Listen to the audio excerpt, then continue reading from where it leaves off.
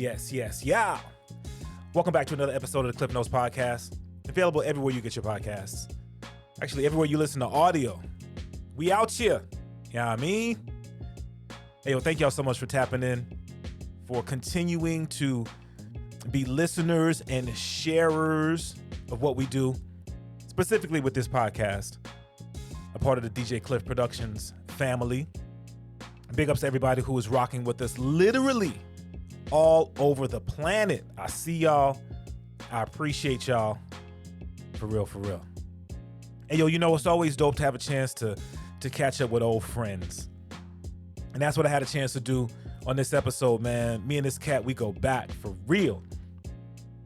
And I had the opportunity to be a guest on his platform a little while ago, the No More Dirty Radio show. And now I get to return the favor and host him here on the Klyph Notes podcast. We had a great conversation, man, just really catching up, and had a chance to hear the story of recovering from the aftermath of the storm in New Orleans, Katrina, having to relocate, pick up, and literally start all over again after he lost everything. Rebuild, man.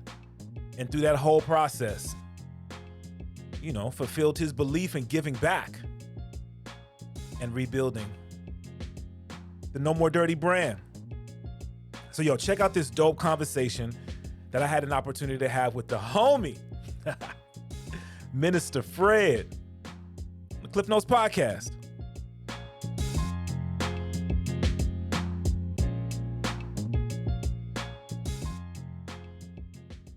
Support for the Klyph Notes podcast comes from Akepele Apparel, an idea born from a love of hip-hop, funk, and soul music and its surrounding cultures. With fashion being a huge visual part of the cultures, they've created expressive images to pay homage, invoke nostalgia, and showcase the elements that make up the lifestyle and cultures of these genres. Akepele, apparel for the music lifestyle. For more information, check out akepele.com. That's AKEPELE.com.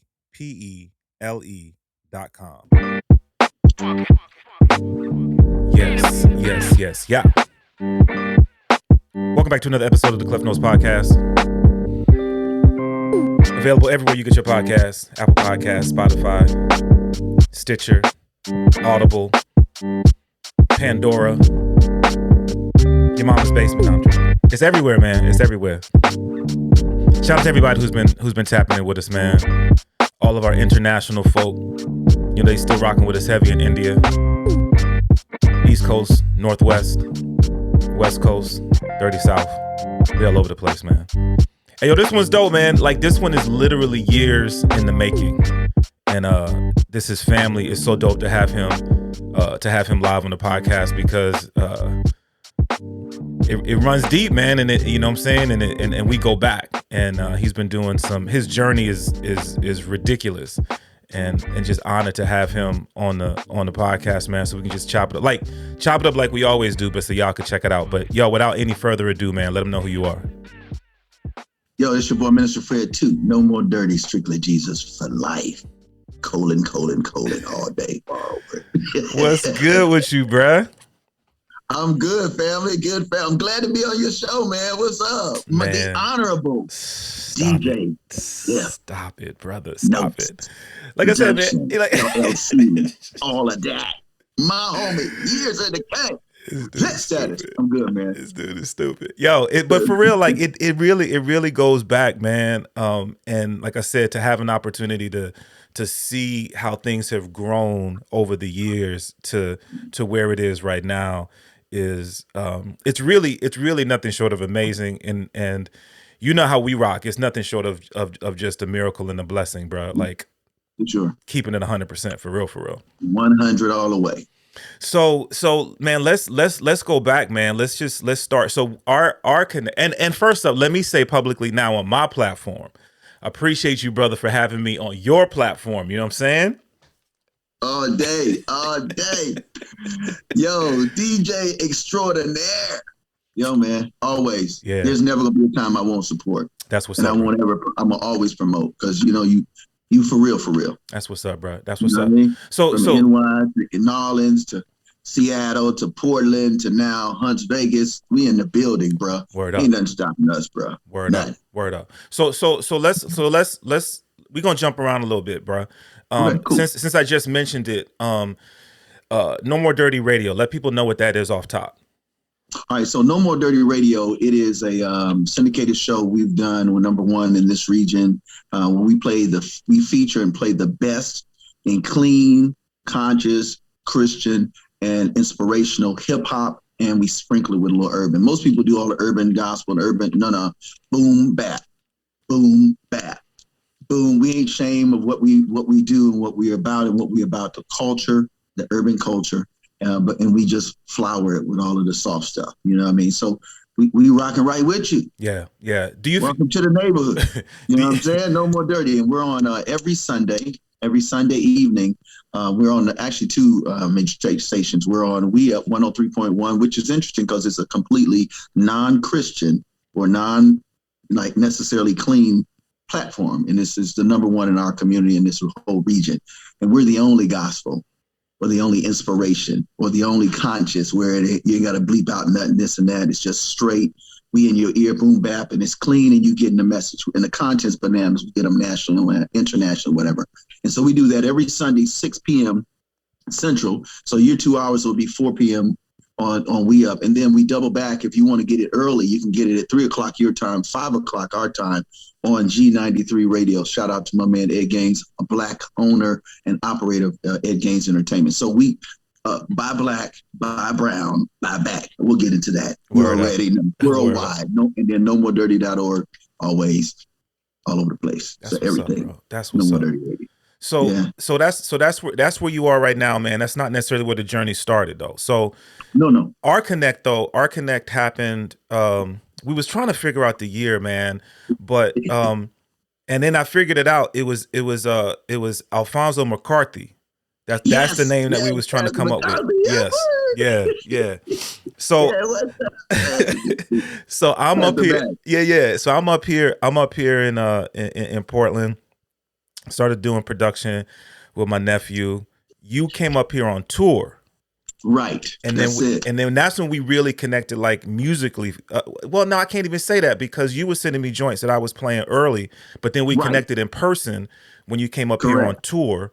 And you was on the one, don't y'all get it twisted. On the ones and twos, it's official. This dude right here, man, because you know, when you tour, you trying to get the best and you trying to get cats that really believe in what this hip hop thing is and trying to really reach cats and changing souls and being a part of it, the culture. And we struggled, man. You know, of course, we was coming Seattle. We was all on the West Coast, North Pacific, Northwest, you know, Midwest, you know, all of that. But so it was great to connect with you because he was the truth, man. Like, I was like, you need to come with us. But, you know, he had wife and other stuff, so we couldn't get him like full time. I wish we could, man, but we gonna get you. We gonna do something though, for real now, Twitty. You know what I'm saying? Nah, we can do that. Word up. We still building. But I mean, you were in the mix doing your thing. That was that post Katrina? That was post Katrina. Yes, it was. It was right afterwards because Katrina happened 05, 06. I was in the shelters and all of that. So 06, I came out. I got the Lord opened up with the break for the Katrina Fund, and then 07, 06, 07 is when it was. That's what's up. And people were saying, "Hey, man, we're gonna fly you in to give your testimony. We can't believe you still living." And so Pastor Mac was like, dude, we need you on the West Coast. There ain't nothing like this on the West Coast outside. You know, people were saying, you know, wanted clean music, but the West Coast was a little challenging, I think, at that time to have clean or Christian hip hop on the West Coast because there was no mainstream that would play Christian hip hop on FM radio. So the tour made a platform for the FM radios to say, hey, man, we got this cat coming from the South, you know, blah, blah, from New Orleans, home of, you know, Cash Money. No more 504 boys, you know, but he clean, dog. He clean, right? You know, and throwing the W's up, you know. So that was our way to get in the door. Yeah, and that's how we got to the West Coast in 2003. I was there before, but it was after Katrina. Yeah, that we connected because I was in the South, you know. Right. LA down that way. So go back then. Go back pre-Katrina. Like, what was your situation musically? Like when you was in the city. What was up with that? Man, it was, I was that kid. I'm a PK, so I'm a pastor's kid, but I was like really more or less the black sheep. Why can't we dance, break dance, rap for Jesus if we ain't cussing and all the negativity in the music or in the genre of hip hop? Right. And the church could not answer it. They just couldn't answer because they didn't have the answer at the time. They were just, and then the church was not connected with the street. So I'm this church kid, but I'm literally, if you read the Bible, I'm a Saul to Paul. I'm a church dude. I love God, living this Jesus peace. But I'm like, why are we not introducing other people on the street who obviously is not connected in that, but they good people and they know God. They may not know in the way I know him. So I'm like, let's open up the doors for the youth services. Oh, no. What? Yeah. You scared? I ain't never scared. Like, your boys say, I ain't never scared. So that caught us some rift really in church setting. And that's just like with Christian hip hop. It just, they didn't know what to do with us. And so I said, God, either I'm leaving the church completely, and I was already on my way out. Yeah. But I knew the word because I flipped the word. So my thing is flip the B, the I, the B, the L, the E. Basic. We got to get it, G. Bust this beat, bust the move, whatever I was doing. Yeah. And so if it ain't that, and if it ain't Jesus, I ain't interested. But I ain't playing this church stuff either. I ain't interested in that because you're making us all look bad. And so that was my turn. And I jumped in and I dropped out of school. I was at Oakland College then, doing Take Six. All of those guys, all the big hitters in the industry was doing Christian and jazz. And it was mixing jazz with gospel, but nobody was doing like hip hop and gospel. Yeah. So it was gospel rap. It wasn't no CCH and all of that conscious. We didn't call it clean. Right. It was just gospel rap. Right. So from there, I dropped out of college and I said I was a smart kid. I had college scholarship. All this. Nah, I want to hit the street. And my parents was freaking out, bro. How you gonna eat off this mess? Yeah. And my dad was just not. He was like, you got to get a job. Dropped out. And then, so I started rapping in the projects in the streets here and then tried. And then people was like, this dude is for real. He left everything, dude. And God was putting money in my mailbox fee. Wow. Now, this is not everybody's story, but this is my story. Right. And so by the time I just was a Jesus freak, which is why Strictly Jesus is the brand, the record label and the brand. No More Dirty is how we get in them streets because everybody ride dirty. Right. You feel me? Right. And so these were cliches. This was not a movement. This was just cliche. Oh, that's a Strictly Jesus dude. That's Brother Fred, the Strictly Jesus dude, man. Drop a beat. And every time they cuss, I drop Jesus. Every time they cut, I drop conscious. So I was like KRS-One and Christian hip hop. When he was just, because that's my dude, KRS-One, for real. Word. So that's how that thing started, man, Klyph. And then and then people started calling, man. People was like, who is this kid, yo? And I was like, I'll come. Just give me transportation and $100 or something. Right. And just give me 200 so I can come back and put it in the savings. You know? Right. And I was living in a studio, $150 a month. That's crazy, bro. That's crazy. So, but it's, it's like John the Baptist. Let's go. I don't eat like y'all. That's why I eat like y'all. Just give me a mic and I got my Bible. And I freestyle straight out the Bible, which is my thing. Whereas most people free. Yeah. No. And I was gonna say, like, I think when people listen to your rhymes, it's very, very clear. When they listen to you, like you are literally, like your verses are Bible verses. You know what I'm saying? Like it ain't no wait. Did he just say God? What is he? Is that no? It's very, very clear. You know what I'm saying? It's funny though. It's funny to me. So like I'm an old head, bro, and I remember.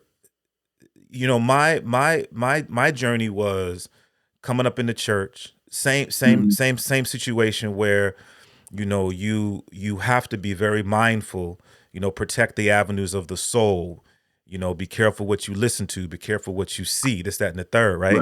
But being attracted to hip hop at a very early age. And how do you balance that? Like, okay, if you're going to listen to hip hop music, if you're going to listen to rap music, you can't, it's not of the church, right? And so it's just you just keep it separate. And I remember the very first rap song that I remember hearing was Stephen Wiley, Bible Break.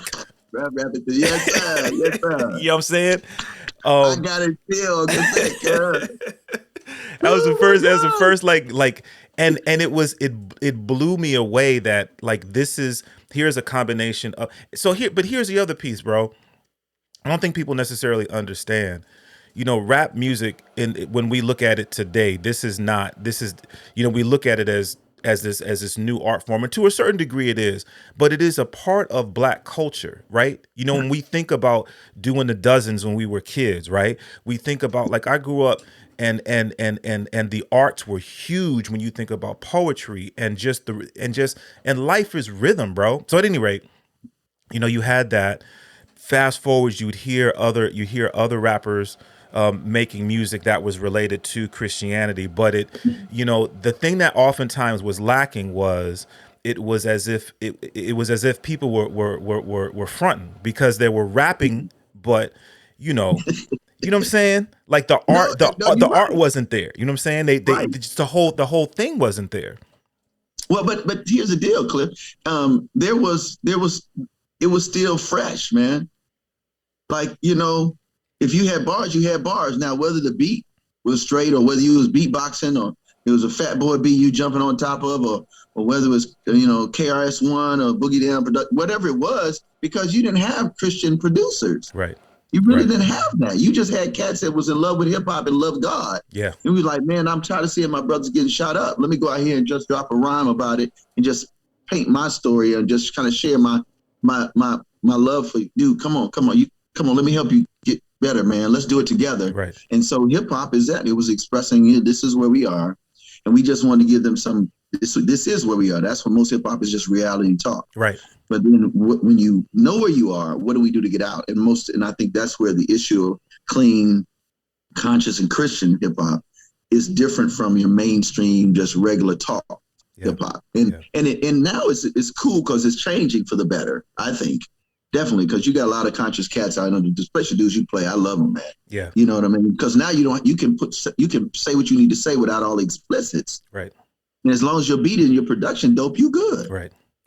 But back then, Christian hip hop didn't have that level. And then you already had Christianity. The industry was like, we'll play Christian rock, but we won't play Christian rap. Right. What's that about? I'm like, how you gonna right? Jesus, we got flipped to do, and you ain't giving us even a spot. Right. So we just said, forget it. We just dropped out everything and then started hitting it. We just was like mob in the street for Jesus. And that's what forced the industry. And then shout out to Toby Mac, who was the white guy who was a rapper that opened the doors by having other African-American, other minority rappers, Hispanic, and that's how we were able to do it, because you still got to have allies. Yeah, 100%. 100%, man. Because we don't own all of that stuff. You know what I mean? Yeah. Chopping up with Minister Fred. I think one of the things that is cool though, now we're far enough on the journey that we can look at different stories and we can look at people from different regions who came up and found a way to get into the industry and really put forth their beliefs, right? So I was raised Christian. I still practice as a Christian. But one of the things that I always found to be interesting is, my favorite era is the golden era, right? My favorite MC of all time is Rakim. But when during that era, you had Rakim, you had Big Daddy Kane, you had Brand Nubian, you had these artists who were members, as far as my understanding, members of who are Islam or practicing, 5%ers, Nation of Islam, and they would speak to their beliefs in their rhymes. Correct. And like nobody said anything. Like there was no, right. At least from my perspective, there was no pushback. Nobody looked at him sideways. But you have somebody who's Christian who says, like, you can say God, don't say Jesus in your rhymes, right? You know what I'm saying? And there was always this. So then you'd have cats, which is a part of hip hop, be slick with their rhymes and like I'm saying, so be like, is that dude Christian? You know what I mean? And then like critics would be like, yo, he's dope, but he's a little bit too, like what they say about your guy from Chicago, Chance the Rapper. Chance the Rapper. Yeah. Chance is cool, man, but he a little bit too Christian. What? You feel me? And it's crazy. It's crazy. But here's the thing, Klyph. Even those that chose other belief systems in America, they still had to come through the Christianity track. And let me explain. Yeah. Okay, so you got like Busta Rhymes and all the guys. He used to go to church, and it F's up in Harlem. Like when you look at like all of us had a root in somebody's church, or somebody's synagogue. It's just that when we saw the hypocrisy in that system, we just said we'll go to another belief system that I don't see either that type of hypocrisy or those lies or back and forthness, or I will go to another system and say, let me just try something completely brand new. Now, if the church was handling this business in the street, opening their doors, feeding the homeless, doing what Jesus did, Yeshua the Christ, Mahdi, okay, all of that's English. That's just Hebrew, English, Aramaic, and whatever. Right. Let's just talk, real talk. If whoever in the language that you know was doing that, you wouldn't have no problem with Christianity as a world system. Because when you go to the East Coast, we go to even Africa and all those places, they know who Christ is.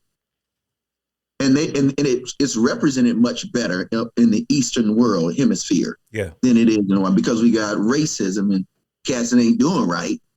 All these Caucasian lies in the midst of Afrocentric, and Jesus was Edenic African. So it's actually, you're absolutely right. The bro was Hebrew. He was Israelite. And that was not just a culture.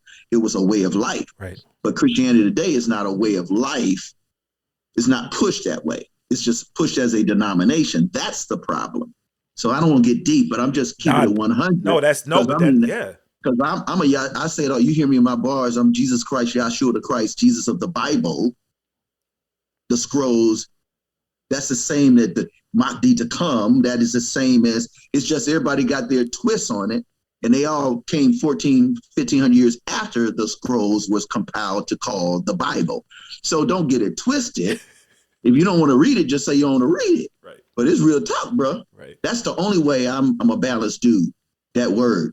Now, I read other books so I can be relatable and I can be intelligent, but don't get it twisted. The Bible's solid in its original take. Now, we ain't talking about all these other versions. We ain't talking about that.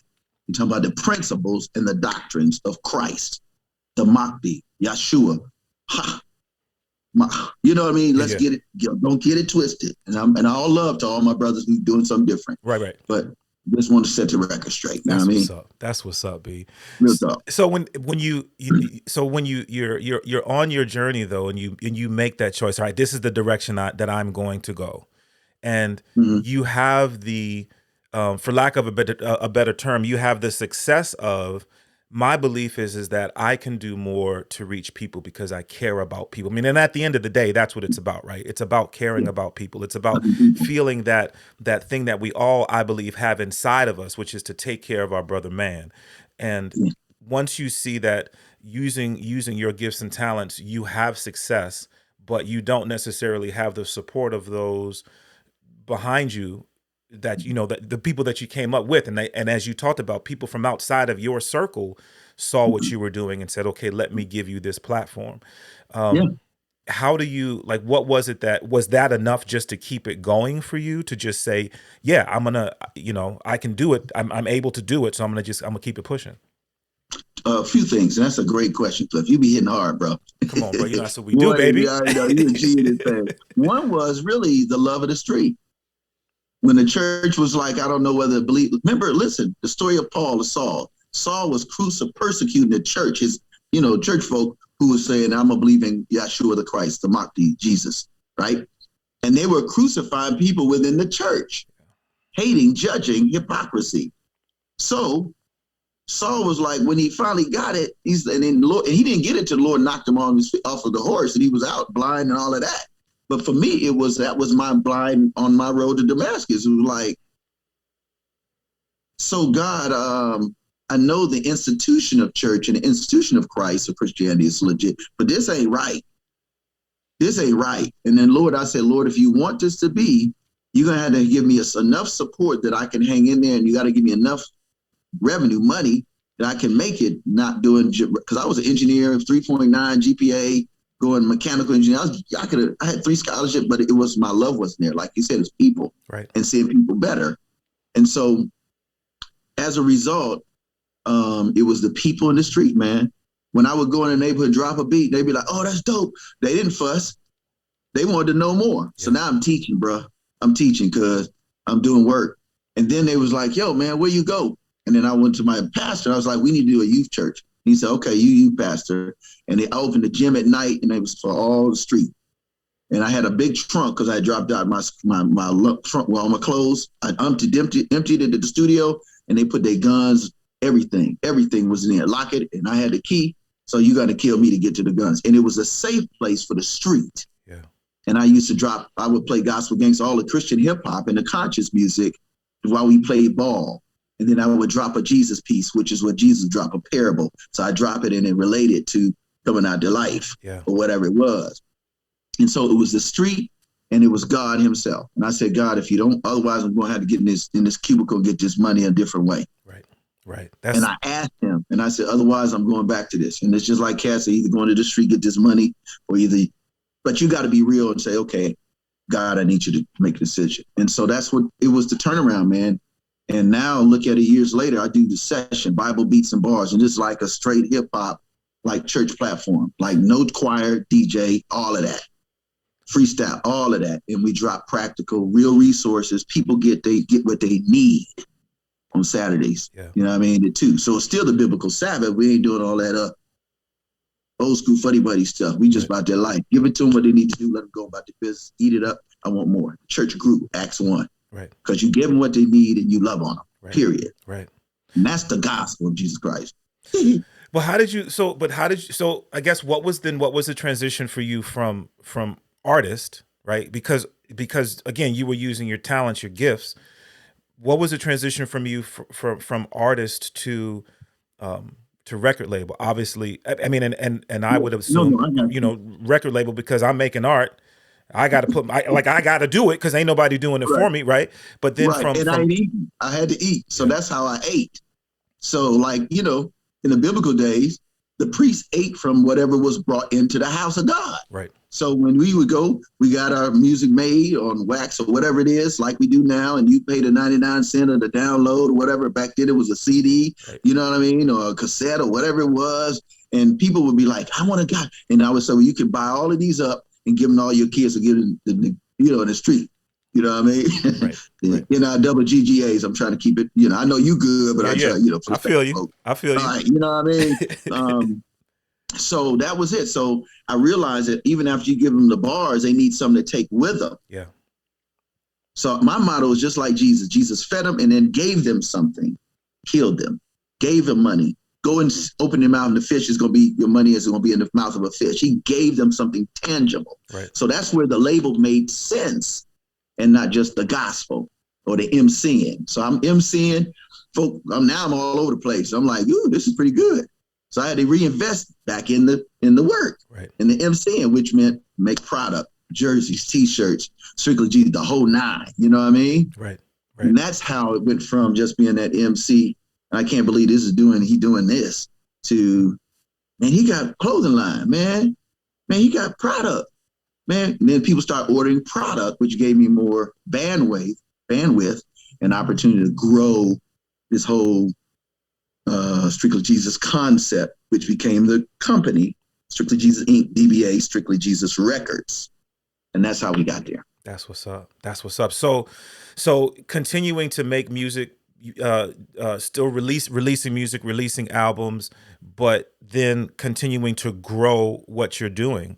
And we talked about it at the top of the podcast, from you making albums and sending them to people like me to play on the radio, you know what I'm saying? To then now having your own platform.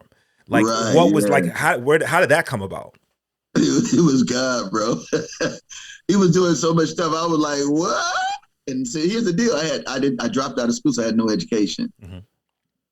That was the crazy part, folks. It was crazy because they're like, "Well, where'd you get your degree?" I didn't. And you want to get in my pulpit? You want to be next to the mayor without no education? I was like, "Yeah." I said, "You give me the money. I'm like Peep Piper. I'm gonna pull all the folk, and then you can educate them, get them a GED. You can do that, and I put everything on the line. I promise you, I'm that dude. Yeah. You put me on the stage. Give me my DJ Sam Smite, who's my DJ tool with me. You know, that's my man. He a vet, New York. Walked away from the game, top 5. You know what I mean? Yeah. And it was him, myself, and then what happened was that label. Then every city we went to, guess what? People like, dude, I want to run with you. Now I'm making disciples, dog. And I'm like, Jesus, I can't afford them. But the Lord started, I was like, well, I need you to bring such. Then they would pay for them. And then that meant we could make a CD, a record, you know, an album, a single. And it just started exploding, bro. Yeah. And so by the time we got to, like you said, that's what happened. And the brand became merch. It became records. Then I'm started executive producing.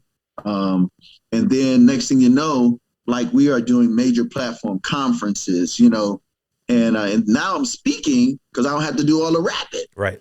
Because I got other MCs. Right. You know what I mean? Right. And so I'm like, now it's like, you know, Minister Fred was my artist name. It was Brother Fred. It was Brother Fred to Minister Fred. And literally I minister as Fred on the stage while we dropping bars and beats. And, you know, and that's really how it happened, Klyph. It was like, and so then I look back and I'm like, we in this thing.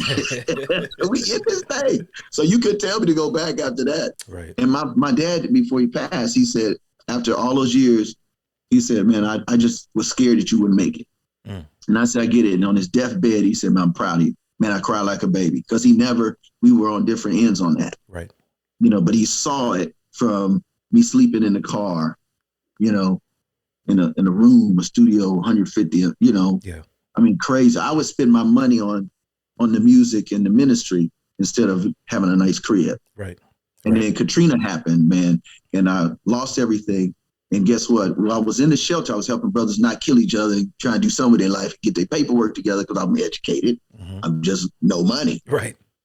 And then the FEMA director, we were in the last FEMA building in Birmingham. He said, man, I appreciate you, Pastor Fred. He called me Reverend Fred. I said, Minister, no, Reverend, you Reverend here. You know, I was like, okay, Reverend is God's name, but I get it. Right. And he said, where do you want to live? They found me a huge 3,600 square foot house and sent me back to Oakwood, got me my first semester of to go back to school because I dropped out. Yeah.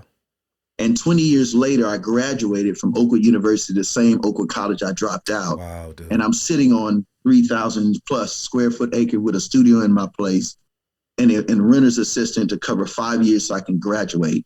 And I worked 3 jobs. I had no bike, riding on my bike, cleaning toilets at the thing. We're going at night, doing a LEAP program, then turn around and busting suds at a mom and pop. Yeah, yeah.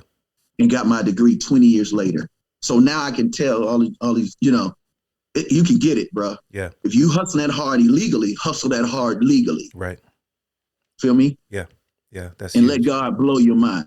Now I'm like, I don't know what he's gonna do. I just ride now. I buckle up, let go.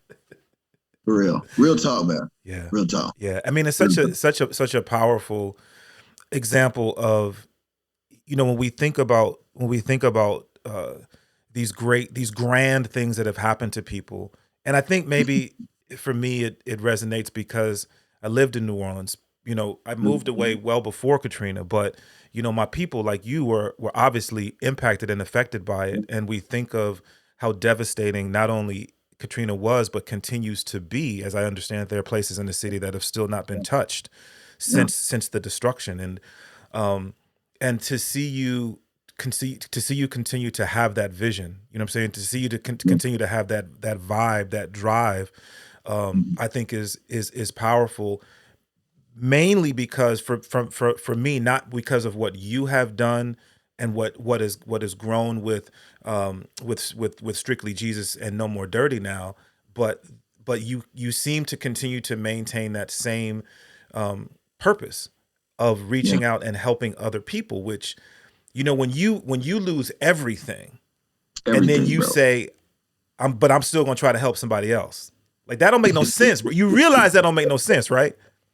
Hey, but we was all in it. You know what I'm saying? I mean, it don't make no sense. But listen, none of the guys, we had nothing. Yeah. And Bush was not saying when we were gonna get a check. Yeah. There was no timeline. No timeline, Klyph. Yeah. So either we turn on each other, which is what happens a lot of times in inner city. Well, you know, no, or we just say, okay. And so what happened, I started in the shelter, I started a hip hop church because we all would love hip hop. And that's how the song God is Good, which is probably going to be, that's the one. The God is good all the time, every time, even when I don't believe. I was laying on my cot, cussing and fussing God out. Yeah. I'm like, I don't even know why. Dude, I'm not that dude. Why am I here? He said, now I done blessed you all these years. Am I good when you have nothing in your pocket, G? Am I good when I can't see? Am I good when I don't know where my next watt is coming from?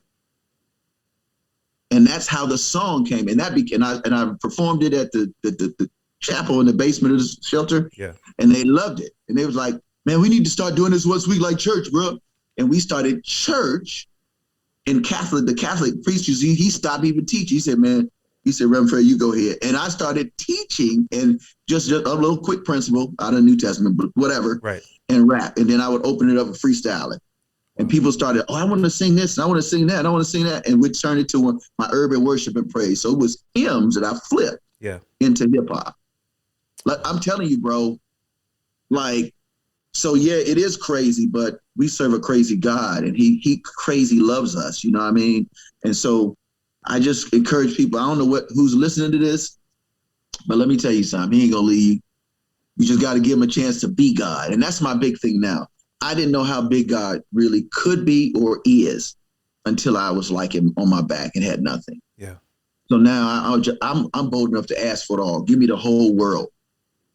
That's what's up. So I can glorify him and make sure everybody on my block, in my community, my city, everywhere I go, I'm like Jesus, I'm gonna heal the whole city. When I leave, they're gonna be like, now that dude, he real. Yeah. Yeah. We give all the glory to God and put the resources, all of it, money, everything back into people's hands. Jesus healed the whole city and left like he never was there. That's how I move. With our tour, that's how we move. The imprint, you gonna know, no more dirty streets. You gonna know the imprint, but that's it. You buy the merch, keep moving. We go to the next city. So like we said, man, we gonna keep it 100 here. So we're recording this this is March of 2021. Yeah. We came out of 2020 and it's been interesting. 2020 hit a lot of people literally all over the planet in one fashion or another. So I was at my 9 to 5 and I was talking to someone earlier this week, and I was saying, you know, it's crazy when I think back to last year. So we had here where I live, we had fires that were coming through, and wifey and I were like, we had to pack up the cars, man, because we were in the evacuation zone. Wow. Didn't know where we were going. I don't have any family here in the Northwest, right? So didn't know where we were going. You had the virus that kicked off. So now it's like Lord, am I going to be able to keep my job? Right? Yeah, right. And then on a scale that we haven't seen before, in great part just because technology has now afforded us the opportunity to see things that have been going on for years and years and years, but now because of technology, we and everyone can see it. And so we saw the jump off of the outspokenness, civil unrest that happened. So we had all of this stuff happen in 2020, right? And then you talk to someone who has been impacted by that, right? Someone who has lost their job because of COVID-19, someone who has been affected by the fires, and someone who is at their wits' end because of the way that they look. They are concerned for their well-being, for their safety, just moving through life, right? Yeah. And then here I come talking about, okay, but Jesus loves you. Like, what do you do with that, Fred? You know what I'm saying?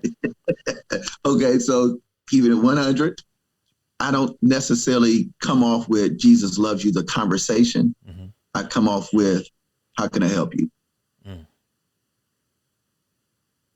And it's like when Jesus came to town, nobody knew who he was until after he did his work. Facts. Jesus, remember the dude was blind, Bethesda. He's at the pool of Bethesda. You know, I mean, all of that. Yeah. Blind. Yeah. And he said, man, you want to be made whole? He said, man, I've been trying to get healed. I'm in here for 35. He said, I didn't ask you that. You want to be made whole. It's the difference between being healed, but it's right there that moment. I need to eat because I don't have no money. Right. And whole, I need an employment. So I work on that wholeness. And I tell brothers, and actually, let me tell you, that's funny you're asking, because I work in the city. I do all the youth and family service for public housing kids in the projects. Mm-hmm. Ain't that something? The same neighborhoods I was rapping, now I am the coordinator of all of that. Yeah. I'm telling you, God will do stuff. However, to answer your question, that's what I did wherever I go or somebody say, I said, listen, here's the deal. I said, what do you need? Rally the support and then say, man, I'm praying. You mind if I pray for you? If they're not a believer, then they'd be like, man, I'm good. I said, well, would you mind if I pray elsewhere at a different time? Because, you know, God got you, bro. Well, I don't know, man. I just know I need this help. I bet. True. Or the other thing is what happens is we just, I started No More Dirty as a nonprofit. We just come in and just take care of it. And then put sign, Team No More Dirty and Yahshua. Pay the bill. That's what's up. You now have to deal with Yahshua the Christ. I'm done. Wow. If the dope man can come in and pay everybody's bill and say, sell my crack, I can do the same and say, I want to introduce you to the real deal, Yahshua. That's what's up, B. That's what's Feel up. me? Because talk is cheap. If you ain't putting it in the walk, if you ain't doing it, and then people will be like, man, why you do that? I said, because Christ did it for me. And do you really believe in that? Yeah. Check us out. Saturdays at 2. Here's a CD. Holla at my boy. No pressure. And I've seen it. Yeah. And to this day, all my crew, X everything. Yeah. Yeah.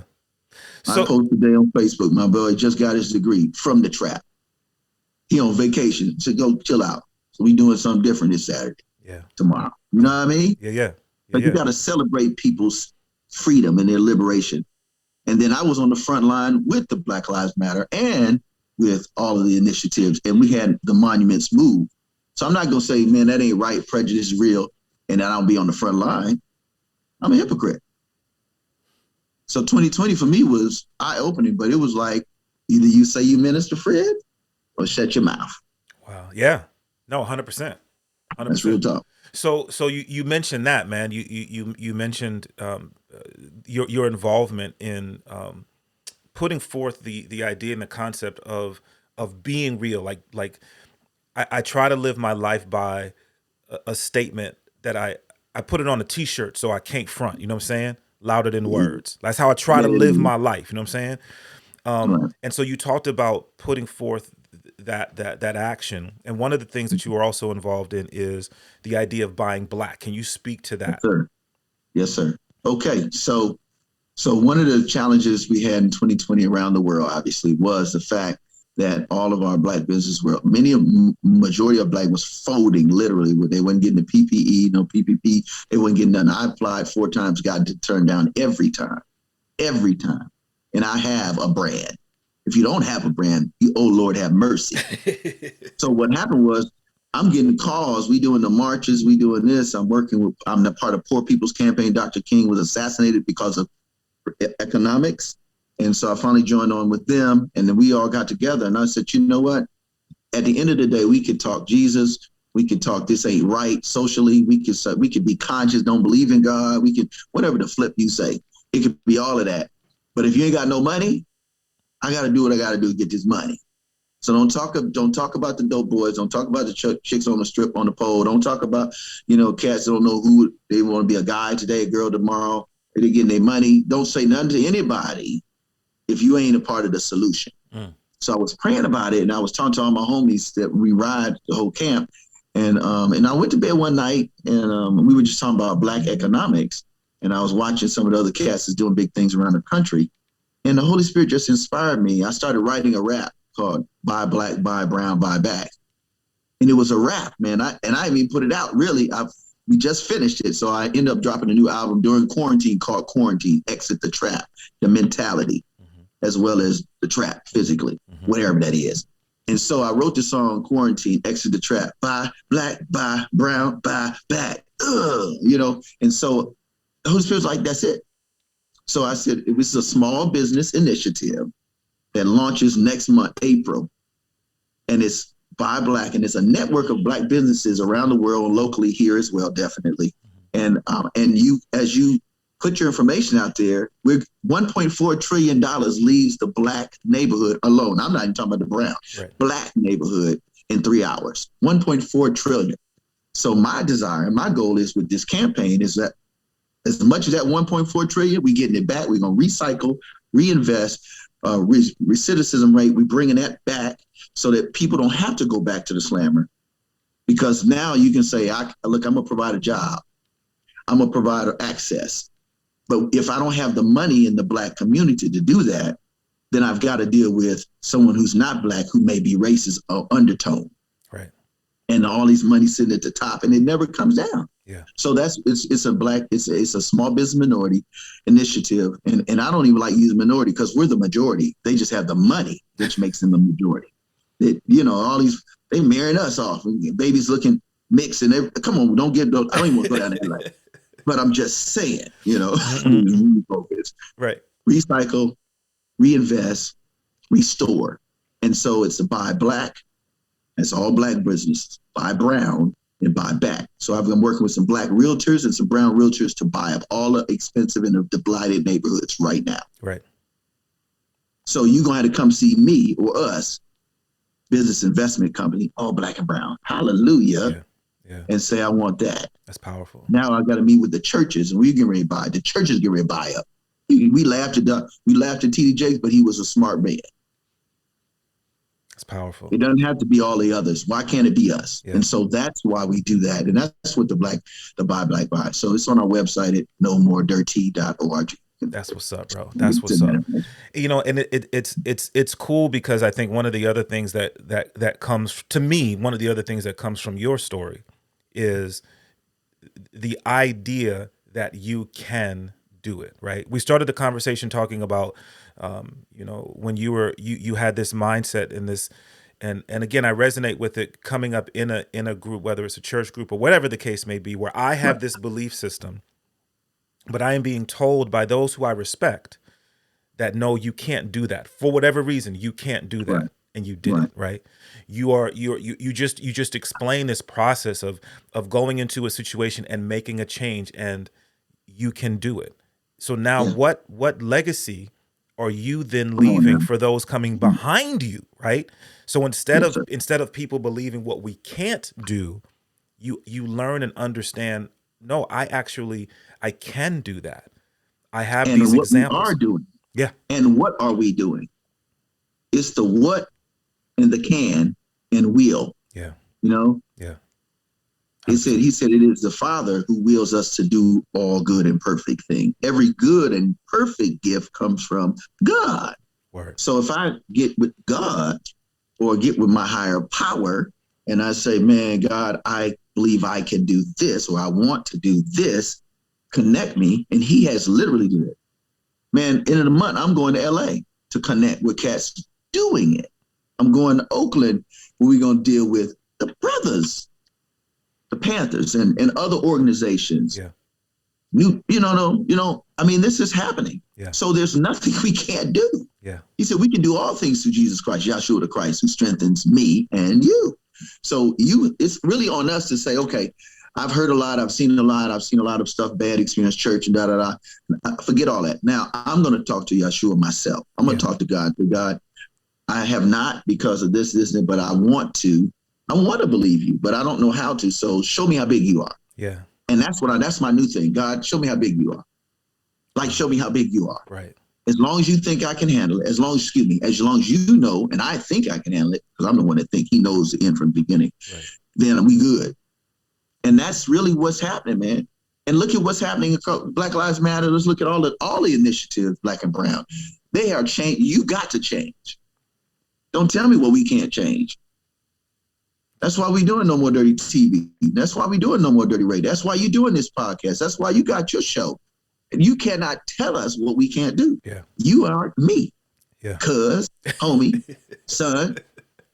Right. I'm sorry. Right. Nah, you straight. All right, so let's do this, B. You have a myriad of things that you are curating.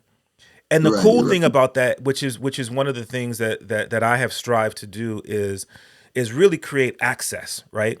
So people now have access to many things that you were doing. So if people are trying to access, if they're like, yo, I want to figure out how I tap in. There's a number of ways that people can tap in. So let's start with No More Dirty Radio. One more time, let them know if they want to tap into No More Dirty Radio. Okay, if you want to tap in, you can go all social media platforms. No More Dirty DIRTY Radio Show. It's on Facebook, Instagram, everywhere. If you want to find out about, just get in touch with us. It's info, INFO, the @ nomoredirty.org, or just go to nomoredirty.org. And again, if you want, we doing everything exclusively on the YouTube, so you ain't got to worry about nobody stopping you. It's No More Dirty, INC as in incorporated. We just abbreviated it because we're a conglomerate. And then that way you can get it all. You know what I mean?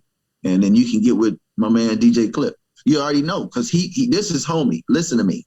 Whatever this dude say is legit. When I wasn't doing this brother was in my corner. He was on the ones and twos. So you already can get with him, period. You can subscribe to No More Dirty Inc. on YouTube. Subscribe to Klyph, DJ Klyph, just subscribe. And this is how we get our money. And don't get in trouble with the law. Yeah. Now we changed the law with our money. Now you people also have the opportunity to tap in weekly, because as you mentioned, every Saturday you guys present. So how can people tap in and what's going on every Saturday? Okay, appreciate that. YouTube, our YouTube channel, No More Dirty INC. Here's what we have on Saturdays at 2:00 Central Standard Time, which will be 12 noon your time. Is the session Bible Beats and Bars, and it's organic, it's urban. It's like church going steroids to meet the community, and it's real. It works. All right. So you can go to check out the YouTube channel. If you can do the notification, it's gonna come to you anyway. Then on Sundays is when we do the radio stuff, and that's at 5 p.m., 3 p.m. your time, and then also 4 p.m. your time. We Up 103.1. We Up. I'll send you the links and stuff. We can just share links, and then also G93. It's an online radio show. You just go on to Live 365 and then, download that. And then on Fridays, we air the new episode of the No More Dirty TV show.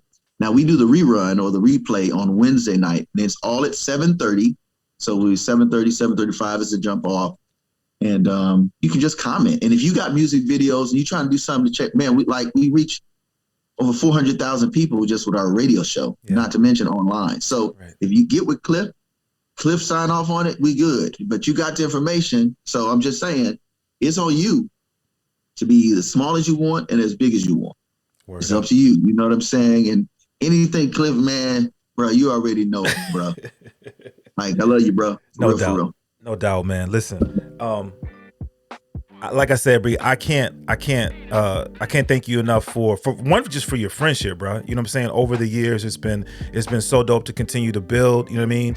And even for an old head like me, bro, you know what I'm saying? What you are doing is an inspiration, man. I ain't gonna lie to you, bro. Like, I'm gonna keep it 100. I came away from the interview that we did when you had me on the radio show, and I had to sit back and reevaluate and reassess. You know what I'm saying? And so just know, man, you continue to be an inspiration even to an old head. You know what I'm saying? You ain't old, man. You're older. Don't get that twisted. You're only as old as you think. You know what I mean? That's and love. I want y'all, I'm gonna plug, man. Y'all make sure y'all stay locked and loaded, man. DJ Klyph, man, for real. Everything. Klyph Notes, Productions, LLC. You can spend your money. I spend all of my money in black and brown business, except for my utilities to big companies. I cannot. And one day we gonna do that. That's what's up. You know what I'm saying? So yeah, man, do that, man. And I appreciate your time, man. I appreciate you taking the time to let me hang out with you on the West Coast. You know what I'm saying? I wish I had enough time. I would creep up to Portland. I may try to do that. I don't know, bro. Word up, B. We gonna have plenty of time. That COVID level, I'll be like this, salute. Exactly. I'll see you from a distance. I'll see you from a distance. Yeah, I mean, we'll be doing this a lot more. Yeah. Word up, yo. The homie Minister Fred. No More Dirty. Tap in for real. Strictly Jesus all day long. Once again, bro, appreciate you, man. Check out the Klyph Notes podcast everywhere you listen to podcasts: Apple Podcasts, Spotify, Google, Pandora, anywhere you listen to audio, because we everywhere now. So definitely tap into the Klyph Notes podcast. A couple shout outs I got to give, man. Big ups to my folk over at Akepele Apparel for their continued support of the Klyph Notes podcast. They got a new line of joints that they dropped for the winter, so tap in with them. Check them out. The website, Akepele Apparel. It's akepele.com, AKEPELE.com. And last but never ever least, big ups to the homie Theory Hazit for creating the official theme song of the Klyph Notes podcast. Yo, thank y'all so much for tapping in. God bless you all. If you want to hit me up, you can hit me at DJ Klyph all over social media, klyphnotes@gmail.com. And then, of course, you can always subscribe to the Klyph Notes podcast at klyphnotes.com. All right, y'all. Y'all be blessed until we have an opportunity to do it again. Peace.